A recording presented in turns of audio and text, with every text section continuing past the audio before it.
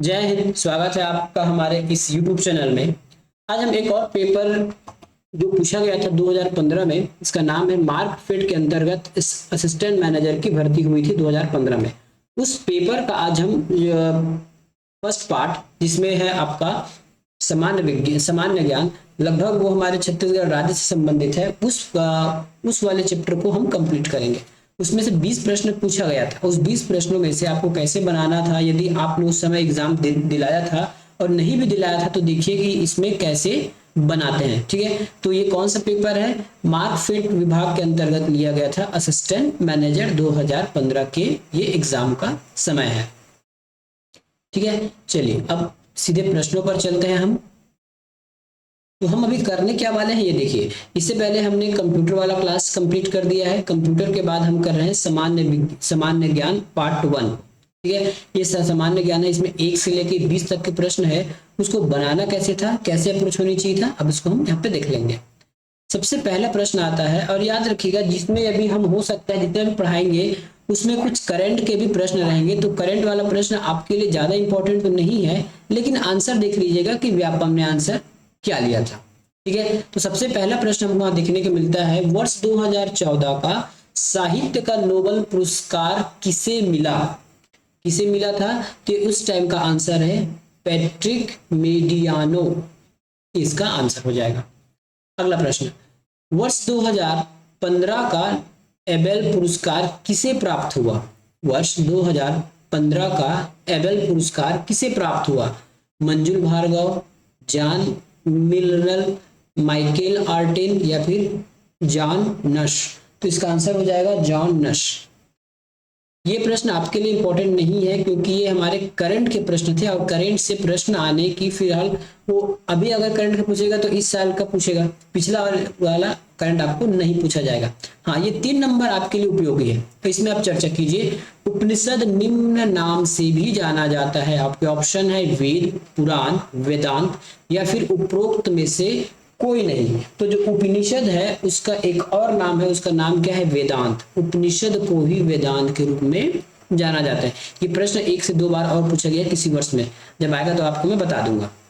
ठीक है, अगला प्रश्न, महाश्वेता देवी को कौन सा पुरस्कार प्राप्त हुआ है? कौन सा प्रश्न है? महाश्वेता देवी को कौन सा पुरस्कार प्राप्त हुआ है? तो ये भी आपके करंट अफेयर का प्रश्न है। ठीक है, इसमें केवल आंसर देख लीजिए, आपको इसमें याद करने की आपको आवश्यकता नहीं पड़ेगी। तो इनको तीनों प्रकार का पुरस्कार प्राप्त हुआ है, साहित्य अकादमी, ज्ञानपीठ और पद्म विभूषण। अगला प्रश्न है, WTA रैंकिंग किससे संबंधित है? पुरुष टेनिस से, महिला टेनिस से, दोनों से या फिर उपरोक्त में से कोई नहीं। तो याद रखिए इसका फुल फॉर्म क्या हो जाएगा? वुमेन टेनिस एसोसिएशन, मतलब ये महिला टेनिस से संबंधित है। ठीक है, WTA ये आपका अभी का प्रश्न बन सकता है क्योंकि इसको करंट से ज्यादा कोई लेना देना नहीं है, अभी भी इस प्रश्न को पूछा जा सकता है। सुब्रतो कप किस खेल से संबंधित है? क्या पूछा गया है? सुब्रतो कप जो है किस खेल से संबंधित है? तो इसका आंसर आपको देख के बताना है, हॉकी से, शतरंज से, फुटबॉल से या फिर क्रिकेट से। तो याद रखिएगा जो सुब्रतो कप है, ठीक है, अंतरराष्ट्रीय फुटबॉल टूर्नामेंट जो स्कूलों के मध्य कराया जाता है, ठीक है, या फिर स्कूलों के मध्य जो फुटबॉल गेम होते हैं उसका नाम उससे संबंधित है ये सुब्रतो कप। इससे संबंधित है? फुटबॉल से। अब इसके बारे में थोड़ा सा डिटेल जान लीजिए, हो सकता है कभी ये पूछ दिया जाए।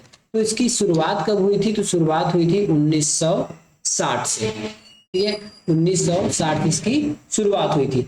नाम किसके नाम पर रखा गया? तो भारतीय वायुसेना के एयर मार्शल सुब्रतो मुखर्जी के नाम पे है। ठीक है, मतलब ये किसका नाम है? किसी व्यक्ति का नाम है, और व्यक्ति कौन थे? भारतीय वायुसेना के एयर मार्शल सुब्रतो मुखर्जी के नाम पर इसको रखा गया है। ठीक है, दूसरी बात याद रखिएगा, ये स्कूलों के मध्य होने वाला फुटबॉल से संबंधित है।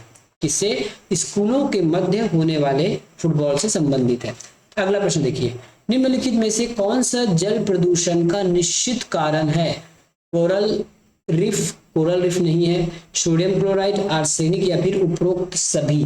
तो इसका आंसर हो जाएगा आपका आर्सेनिक। आर्सेनिक एक आपका उपधातु है ठीक है। ये इंडस्ट्रियल एरिया में आपको ज्यादा जल प्रदूषण देखने को मिलेगा। यदि इसके बात करें तो ये इसका चिन्ह है, सिंबल है आर्सेनिक का, ठीक है। और क्रमांक देखा जाए तो ये 33वें क्रमांक में आता है आपके पीरियोडिक टेबल में, ठीक है। तो ये बहुत ज्यादा खतरनाक है आर्सेनिक। अगला प्रश्न, ओजोन परत हानिकारक है।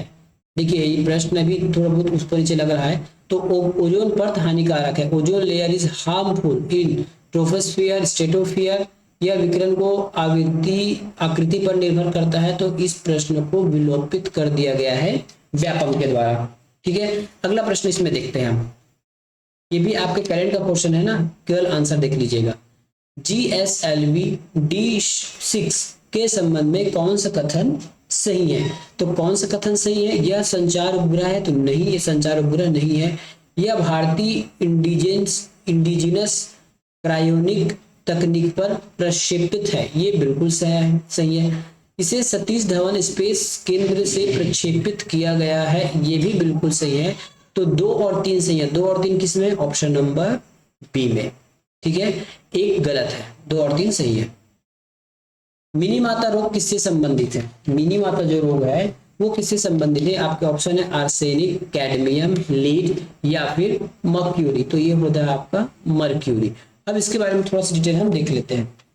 वास्तविक में ये मिनी माता क्या मीना माता है, ये पारा से होने वाला प्रदूषण है या फिर रोग है, ठीक है। पारा के यदि पारा विषाक्त हो जाता है तब ये रोग होता है, ठीक है। अब कई बार पता होगा कि इसका नाम कैसे पड़ा, मीना माता। तो सबसे पहले ये बीमारी कहाँ पे आया था? 1956 में आया था। कहाँ? जापान में, जापान के मीना माता शहर में। कौन से शहर में? जापान के मीना माता। जापान के मीना माता शहर में आने की वजह से इसका नाम किस पर रख दिया गया है? उसी शहर के नाम पर रख दिया गया। तो क्योंकि सबसे पहली बार ये रोग के बारे में जानकारी जापान से मिली थी, इसलिए इसका नाम उसी शहर के नाम पर रख दिया गया है। अगला प्रश्न, भारत का दूसरा सबसे बड़ा सिविलियन पुरस्कार क्या है? देखिए पुरस्कार 2 होते हैं, एक सैनिक वाला और दूसरा सिविलियन, ठीक है। तो देखिए हमको आंसर क्या लेना है? सबसे बड़े, आपको इसको जमाना आना चाहिए, ठीक है। ये ऑप्शन आपको 4 दिख रहे हैं, पद्म विभूषण, भूषण श्री और भारत रत्न। ये चारों हमारे सिविलियन पुरस्कार है। क्या है? चारों सिविलियन पुरस्कार है। उसमें से सबसे बड़े में आता है, एक में भारत रत्न, दूसरे में आता है पद्म विभूषण, ये दूसरे रैंक का है, और उसके बाद आता है भूषण, पद्म भूषण, तो ये तीसरे नंबर का, और ये पद्मश्री लास्ट चौथे नंबर का। सबसे पहला भारत रत्न, उसके बाद पद्म भूषण, फिर पद्म भूषण, फिर श्री। तो पूछा गया है दूसरा सबसे बड़ा, दूसरा कौन है? तो दूसरा तो पद्म विभूषण है। हमारा आंसर क्या हो जाएगा? पद्म विभूषण। अगला प्रश्न, सिल्लापट्टीकरम, ठीक है, किसके द्वारा लिखा गया है? तो ये लिखा गया है आपको इलंगो अडिगल के द्वारा। ये भी प्रश्न आपके करंट अफेयर से, ये अभी आने की संभावना नहीं है। अगला शब्द, यदि आप क्रिकेट जानते होंगे या खेलते होंगे तो ये प्रश्न केवल आपके लिए है। क्रिकेट में उपयोग किए जाने वाला हॉट स्पॉट है ultraviolet imaging system, blue light imaging system, red light imaging system या फिर इंफ्रारेड इमेजिंग सिस्टम। इसका आंसर क्या हो जाएगा? ठीक है, इसका आंसर हो जाएगा इंफ्रारेड इमेजिंग सिस्टम, ये हो जाएगा इसका आंसर। अगला प्रश्न, कॉमनवेल्थ 2018 कहाँ आयोजित होगी? ये भी हमारे करंट का क्वेश्चन है। इसमें करंट ज्यादा पूछ दिया था, इसलिए आपको थोड़ा मुबाऊ लग रहा होगा, लेकिन जान लीजिए कभी ऐसे तो आने वाला है नहीं ये प्रश्न, क्योंकि हमको पूरा पेपर सॉल्व कराना है, इसलिए हम पूरा आपको बता के आप पूरा हम बता देंगे। तो इसका आंसर हो जाएगा बी, ऑस्ट्रेलिया में हुआ था। 2018 का जो कॉमनवेल्थ है वो ऑस्ट्रेलिया में हुआ था। अगला प्रश्न, वामन राव लाखे इस नाम से प्रसिद्ध थे। ऑप्शन है लोकप्रिय, जनप्रिय, पंडित जी या फिर लोकनायक। तो ये लोकप्रिय से संबंधित थे जब इन्होंने अपनी बैरिस्टर की पदवी या फिर जो इनको जो अवार्ड मिला था इनको त्याग दिया गया था तब से। रतनपुर पर आक्रमण करने वाले मराठा सेनापति का नाम क्या है? भास्कर पंत, रघुजीत, मोहपतराव या फिर बिंबाजी भोसले। तो यहाँ पूछा गया है मराठा सेनापति जबकि ये रघु जी है और जो बिंबा जी भोसले हैं ये राजा की श्रेणी में आते हैं। आंसर हो जाएगा भास्कर पंत द्वारा अटैक किया गया था। तो जब रतनपुर शासक में जब रतनपुर पर आक्रमण हुआ तो उसमें तत्कालीन शासक कौन थे? तो कलचुरी थे। कौन थे? कलचुरी थे। और वहां के कौन थे? रघुनाथ। ठीक है, कलचुरी के लास्ट वन थे रघुनाथ। उन्हीं को हराकर भास्कर पंत ने मराठाओं की झोली में रतनपुर को डाल दिया। अगला प्रश्न है, इस राज्य का लक्ष्मीबाई योजना, सॉरी धन लक्ष्मी योजना क्या है? देखिए इस पेपर में अधिकतम आपके 50% से भी अधिक करंट का प्रश्न पूछ दिया गया है। ठीक है, करंट का प्रश्न पूछ दिया गया है। इसका आंसर हो जाएगा कन्या शिशु जन्म दर में वृद्धि। अगला प्रश्न, निम्नलिखित में से कौन सा देश हीरे का सबसे बड़ा आयातक है?